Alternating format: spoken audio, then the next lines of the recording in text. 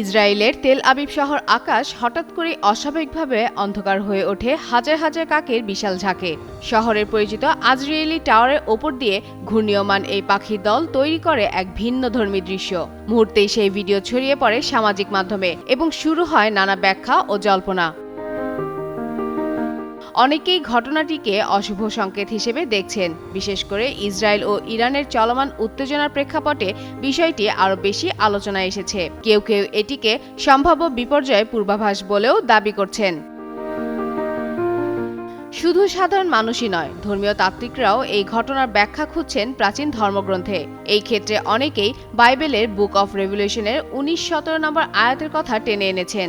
সেখানে বর্ণনা করা হয়েছে, কোনো এক মহাপ্লাবন বা বিশাল যুদ্ধের আগে এভাবেই আকাশের পাখিরা কোনো এক বিশেষ স্থানে জড়ো হবে। তেল আবিবের এই চলন্ত কালো মেঘ অনেক ধর্মপ্রাণ মানুষের মনেও ভয়ের উদ্রেক করেছে।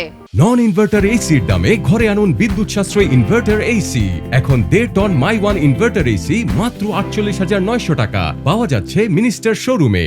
তবে সাধারণ মানুষের মনে অলৌকিক বা অশুভ ভীতি কাজ করলেও পাখি বিশেষজ্ঞরা একে সম্পূর্ণ প্রাকৃতিক ও রুটিন মাফিক ঘটনা হিসেবে ব্যাখ্যা করেছেন। তাদের মতে, ইসরায়েল বিশ্বে অন্যতম ব্যস্ত বার্ড ফ্লাইওয়ে বা পাখি পরিযায়নের রুট। প্রতি বছর বসন্তকালে প্রায় 50 কোটি পাখি এই আকাশপথ ব্যবহার করে উত্তর থেকে দক্ষিণে পাড়ি জমায়। হুডেড ক্রো প্রজাতির কাক প্রজনন মৌসুমে দলবদ্ধভাবে উড়ে থাকে। শহরে উঁচু ভবন ও সহজলভ্য খাবারও বড় ঝাঁক তৈরিতে ভূমিকা রাখে।